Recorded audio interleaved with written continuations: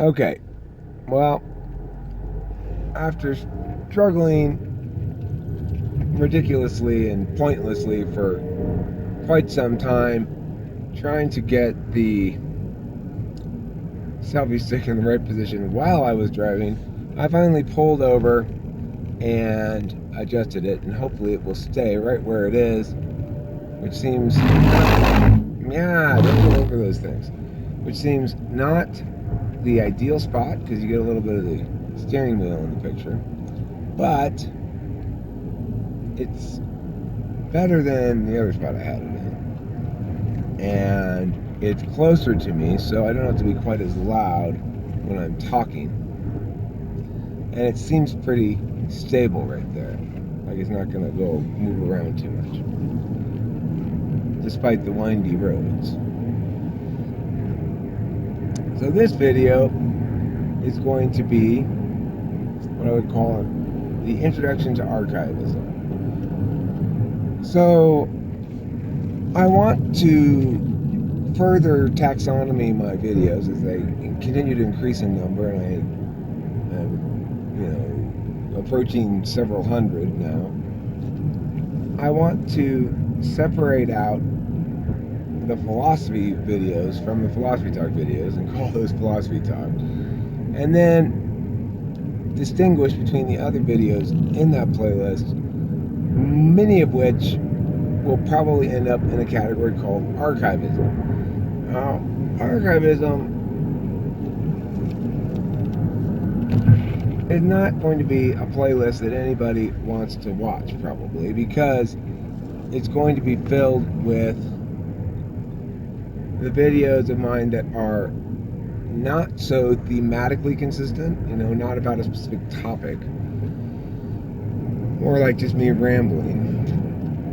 It's going to include stuff that I want to be able to access online, but I don't really want to be functionally a representative of my media making, which is to say, if I have super boring videos, or if I have audio files that are uncut that I want to have easy access to, then I'm going to put it under archivism. I'm not going to necessarily tag it very much. I guess I probably will. I don't know. But I think I'll put, I'll definitely put a disclaimer on the playlist, and I'll put this as the first video on the playlist. And I will encourage in this video, I hereby encourage in this video that individuals who are new to the channel pursue a different playlist than this one. This is the boring playlist. This is the playlist where I'm not making editorial decisions. This is the playlist where I'm not cutting stuff at all.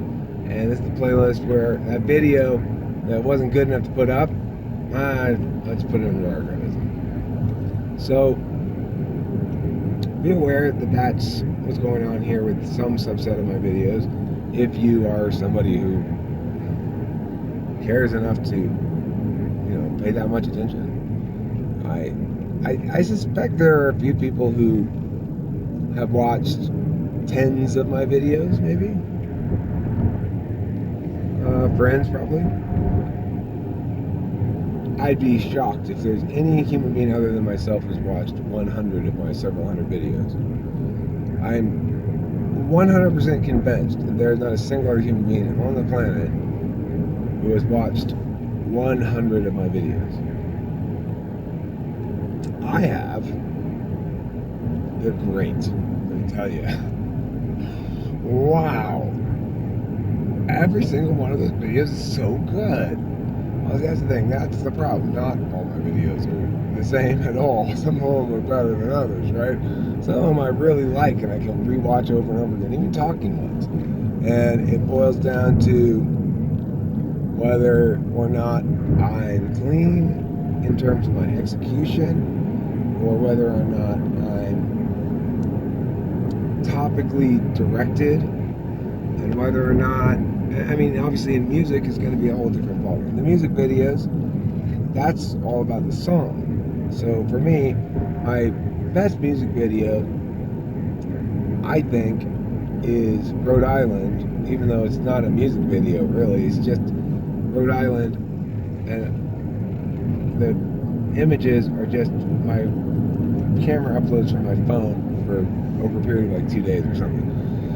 There's just a bunch of random pics like buildings and selfies and nothing. So the point being that it's not the video there that makes me want to watch that video again. It's the fact that that's, in my opinion, I concluded that is my most realized track that I've ever produced. Like, in terms of being clean, the production's quite clean on it. In terms of nuance, I like the way that I dealt with the bass and the guitar and everything, and the use of echo, and the vocals are all really nice. I just spent a lot of time on it, and it's really quite clean.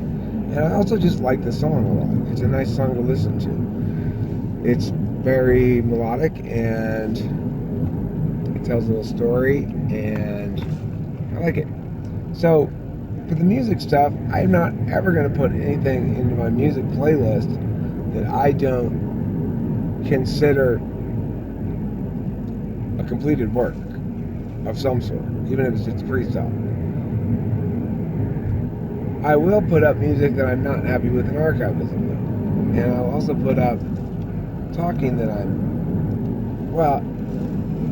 won't ever put up talking that I'm unhappy with, and I probably won't ever put up music that I'm unhappy with. Like, oh, I hate that. I usually just delete it. But there's a lot of stuff that is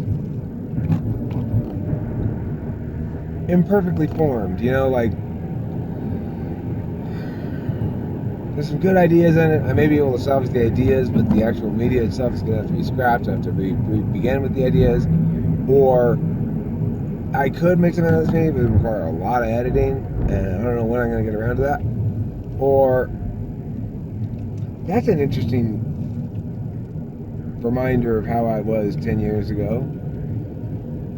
Those are the sort of things that go up in Archivism, and the reason being, as the name suggests, I want a full archival record of my life, as full as it can be.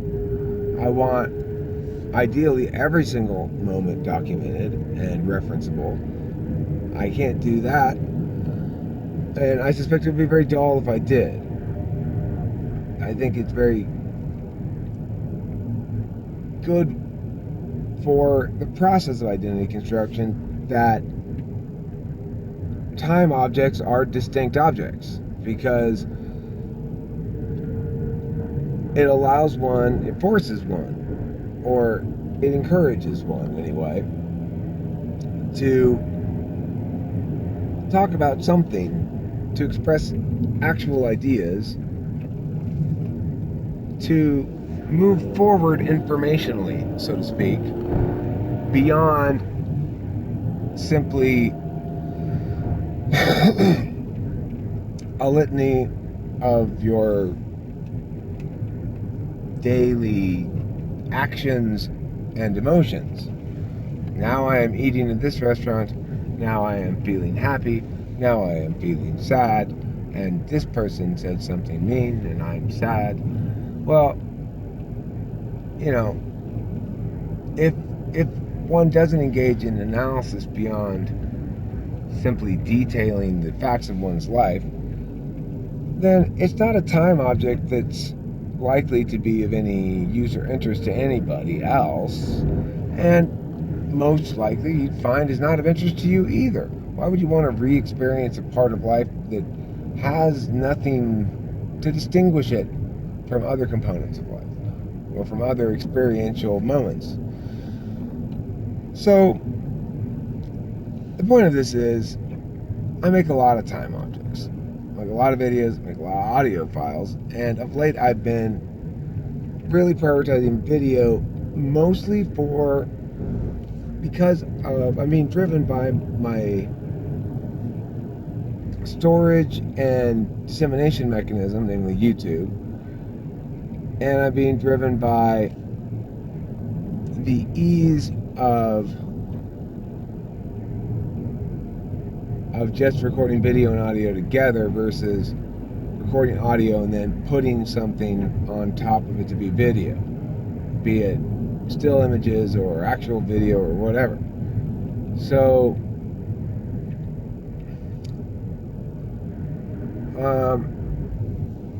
I've been doing a lot of videos, but I do very much enjoy working with audio, and there are huge advantages to it, not least of which is file size. A big audio file is big, a big video file is at least 3 times as big. So maybe 4 times as big, I don't know, it's big though.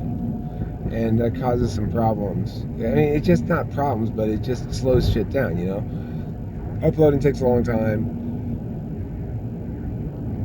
It takes a big app to deal with it. You know, when I'm trying to get, for example, audio and video to line up, which is often a problem, I've got latency issues with the laptop or something where the video's ahead of the audio by like half a second or something. And I put that in Premiere Pro, and it's just, if I just toss it in, if I have just audio and I'm just doing audio edits, it's a lot easier. It just is. And I admit that Premiere Pro makes it as easy as it possibly can make it for you to work with video and audio and coordination and not lose the sync and do all that kind of stuff. It's a beautiful, beautiful app, but it's also a big app. It takes a long time to open. It takes a long time to process all the shit it's got to do to get you ready to go. And then when you're using it, it's going to be demanding most of your computer's resources. And that's fine, but audio doesn't do that. So anyway, Archivism is going to be a place for videos like this one is not really a good example of an archival video because this is pretty topical. But this will be the #1 video in the Archivism playlist to explain what this playlist is. And I feel freed and liberated because I have so many audio files. I'm just going to throw them up there with like a couple of random pictures, still images, and stick it in Archivism and not worry about, oh, well, that's not good enough to be released. It's whatever. That's why we have a playlist called Archivism. Okay, so I am in Big Bear City now, by the way, and Alabama, of course, lives in Sugarloaf. The loaf, y'all. Going to the loaf, y'all. So, I've still got another, 20 minutes or so to get there, but 15 or 20 minutes. But I'm getting close, and there's the lake, and there's Pacific Mortgage, there's Lakeview Drive, there's Big Bear Frontier Lakefront Lodge, there's Junior Market and Deli, there's Snow Bear, there's the Village, North 18. So many things here in Big Bear. Wow.